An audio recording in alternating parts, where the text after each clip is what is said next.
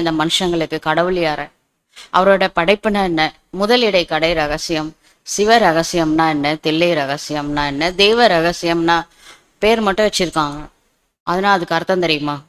தெரியாத. இதுல மனுஷங்க வச்ச பேர் தான். சொல்றதுக்காக கடவுள் பரந்தாமத்திலேருந்து வர்றாரு, ஆனா அவருக்கே பிரச்சனை வருது, அவரையே புரிஞ்சிக்கல, அவருக்கே தடை ஏற்படுத்துறாங்க.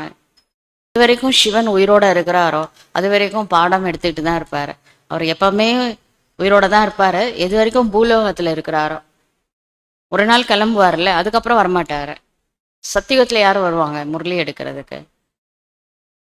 அவர் கிளம்புனதுக்கு அப்புறம் நீங்க கேட்கணும்னு நினைச்சாலாம் கேட்க முடியாது. அதுதான் விதி. இந்த விதி என்னன்னா, நம்ம லிங்கம்லாம் சேவா வைக்கிறோம்னா க்ளோஸ் பண்றோம்ல, அப்போ வருவாங்க மக்கள், எல்லா லிங்கத்தெல்லாம் எடுத்துருவோம். அப்போ லிங்கம் பார்க்கணுன்ட்டு வருவாங்க. 3